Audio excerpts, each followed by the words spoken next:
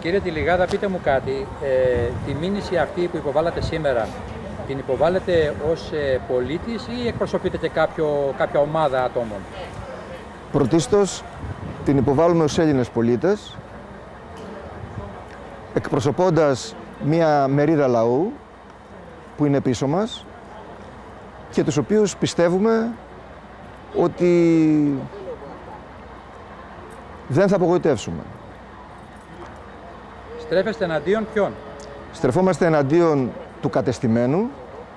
Είναι μια συμβολική κίνηση της ημέρας, διότι σαν σήμερα το 1944 οι δυνάμεις των Ναζί βομβάρδιζαν την Αθήνα ανηλαιώς με 6 νεκρούς και 22 τραυματίες και δυστυχώς σήμερα την ίδια ημέρα υποδέχεται η οπερέτα κυβέρνηση την καγκελάριο του Τρίτου Ράιχ για να έρθει να πιστοποιήσει την ζημιά που έχει γίνει στο ελληνικό λαό και στο ελληνικό έθνος από τα μέτρα που έχουν ληφθεί και να μετρήσει τους νεκρούς οι οποίοι έχουν υπάρξει από την εφαρμογή των μνημονίων και της πολιτικής τους. Κυρία Εξαρχουλάκου, είναι η δεύτερη φορά που σας βλέπουμε να καταθέτετε, να κάνετε ενέργειες έτσι, που να ενοχλούν σε εισαγωγικά. Όχι η δεύτερη. Ναι, από επέρυσι, με έγκληση που άσκησα κατά του κυρίου Παπουτσί για ό,τι έκανε εις βάρος του ελληνικού λαού στο Σύνταγμα. Σωστά. Εγώ θυμάμαι απλώς την τελευταία που σας κάλυψα με τη συμβολική καταστροφή του βιβλίου της Γραμματικής, για το οποίο έγινε αρκετό θέμα. Ναι. Να ρωτήσω λοιπόν, έχετε υποβάλει και εσείς τη μήνυση αυτή? Δηλαδή, ένα από τα δύο άτομα τα οποία την υπογράφουν είστε κι εσείς. Βεβαίως. Εσείς γιατί την κάνατε τη μήνυση? Για τον ίδιο λόγο που κάθε Έλληνας που αγαπάει αυτή την πατρίδα θα ήθελε να την κάνει.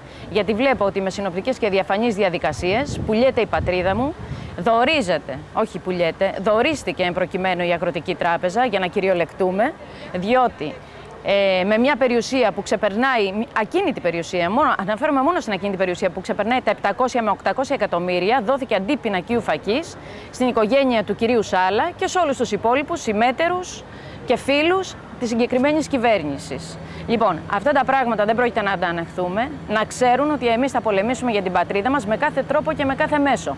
Δεν θα ανεχτούμε το ξεπούλημά της σε κανέναν. Η Ελλάδα δεν πουλιέται, θα την προστατεύσουμε με οποιοδήποτε τρόπο και με οποιοδήποτε μέσο. Και σήμερα κατατέθηκε, ειδικά σήμερα, η συγκεκριμένη μήνυση ακριβώς για να του στείλουμε αυτό το μήνυμα. Δεν θα σταματήσουμε μπροστά σε τίποτα και σε κανέναν. Θα πολεμήσουμε για την πατρίδα μας όπως πολεμάμε χιλιάδες χρόνια τώρα.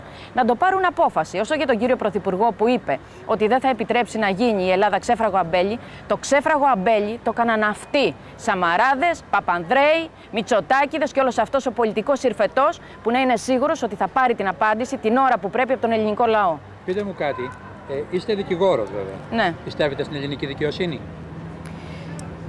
Πιστεύω στην ελληνική δικαιοσύνη σαν θεσμό. Πιστεύω όμως ότι η ελληνική δικαιοσύνη επί σειρά ετών δεν έχει κάνει το χρέος της και το καθήκον της ως όφιλε. Και δεν αναφέρομαι βέβαια στους απλούς δικαστές και εισαγγελείς που τα νεύρα των χεριών τους έχουν πιαστεί για να γράφουν προτάσεις και αποφάσεις και να κουβαλάνε δικογραφίες λες και είναι βαστάζι. Αναφέρομαι στις κεφαλές της δικαιοσύνης που όφυλαν να κάνουν στάση εργασίας όχι για τα οικονομικά τους, αλλά κάθε φορά που έβλεπε υποθέσεις διαφθοράς, διαπλοκής και διασυρμού της χώρας. Και τι θα κάνετε στην περίπτωση που η δικαιοσύνη λειτουργήσει και πάλι έτσι, στη δική σας περίπτωση? Το καθήκον μου. Δηλαδή? Δεν έχει δηλαδή, την ώρα που πρέπει θα κάνω και πάλι το καθήκον μου. Είμαι απέναντι σε οποιονδήποτε λειτουργεί εις βάρος των συμφερόντων της πατρίδας μου. Την πατρίδα μου δεν την πουλάω, δεν πουλάω τον εαυτό μου, δεν πουλάω τα παιδιά μου, δεν τους χαρίζω ούτε τον πυρετό μου και δεν χαρίζομαι και σε κανέναν πλέον. Όποιος λοιπόν δεν κάνει το καθήκον του, εγώ και όχι μόνο εγώ και πολλοί άλλοι, γιατί δεν είμαστε μόνοι μας, θα μας βρει απέναντί του. Σας ευχαριστώ πολύ. Πιστεύω όμως ότι αυτή τη στιγμή υπάρχουν κάποιοι, έστω και λίγοι, οι οποίοι θα κάνουν το καθήκον τους. Κύριε Τιλιγάδα, θέλω να κάνω την ίδια ερώτηση και σε εσάς. Πιστεύετε στην ελληνική δικαιοσύνη και τι θα γίνει εάν η δικαιοσύνη η ελληνική αντιμετωπίσει και τη δική σας υπόθεση όπως όλες τις άλλες μέχρι σήμερα?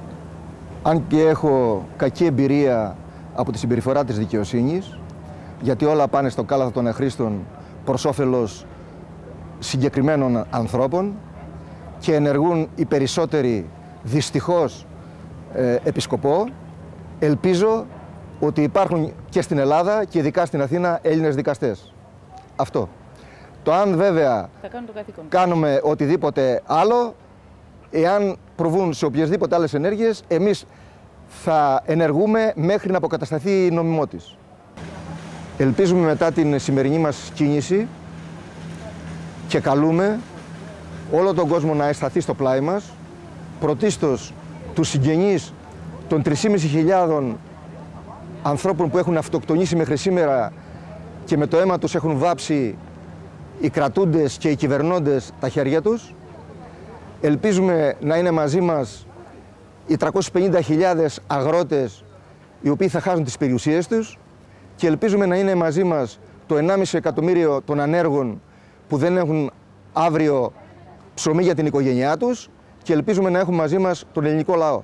Ευχαριστώ.